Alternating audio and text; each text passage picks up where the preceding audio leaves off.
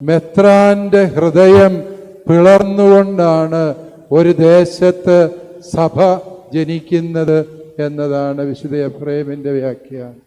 മെത്രാന്റെ ഹൃദയം പിളരണം എന്ന് പറയുമ്പോൾ പിതാക്കന്മാര് വലിയ സഹനങ്ങളിലൂടെ, കഷ്ടതകളിലൂടെ, ഒറ്റപ്പെടുത്തലുകളിലൂടെ കടന്നു പോകേണ്ടി വരും എന്ന യാഥാർത്ഥ്യത്തെ നമ്മുടെ പിതാവ് നമുക്ക് ബോധ്യമാക്കി തരികയാണ്.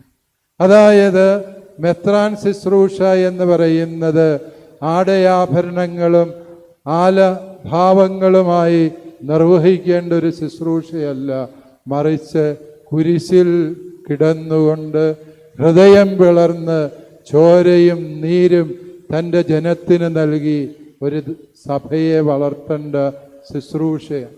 മെത്രാന്മാര് അകാരണമായി ആക്രമിക്കപ്പെടുകയും അധിക്ഷേപിക്കപ്പെടുകയും ഏത് പ്രതിസന്ധികൾക്കും അവർ വിചാരണ ചെയ്യപ്പെടുകയും ചെയ്യുന്ന സാഹചര്യങ്ങൾ സമകാലിക ലോകത്ത് സർവ്വസാധാരണമാണ്. വിശുദ്ധ എഫ്രേമിൻ്റെ ഈ ഒരു ദർശനം പ്രിയപ്പെട്ടവരെ, ഞാൻ വിചാരിക്കുന്നു ഇടയ ശുശ്രൂഷയിൽ പ്രിയപ്പെട്ട ജെയിംസ് പിതാവിന് ഏറെ സഹായകമാണ്.